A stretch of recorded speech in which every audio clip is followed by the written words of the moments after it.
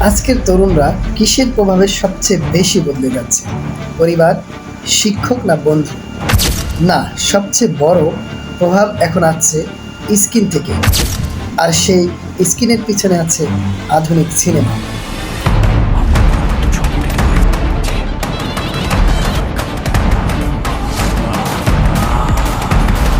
সিনেমাগুলো গোপনে তরুণদের মন, মূল্যবোধ ও জীবনবোধকে ধ্বংস করে দিচ্ছে। এই সিনেমাগুলো শুধু বিনোদন নয়, এগুলো আমাদের চিন্তাধারার কারখানা। তরুণদের মন গঠনের সময় এসব সিনেমার বিষাক্ত বার্তা ও চিত্র আমাদের ভবিষ্যৎকে ধ্বংস করে দিতে পারে।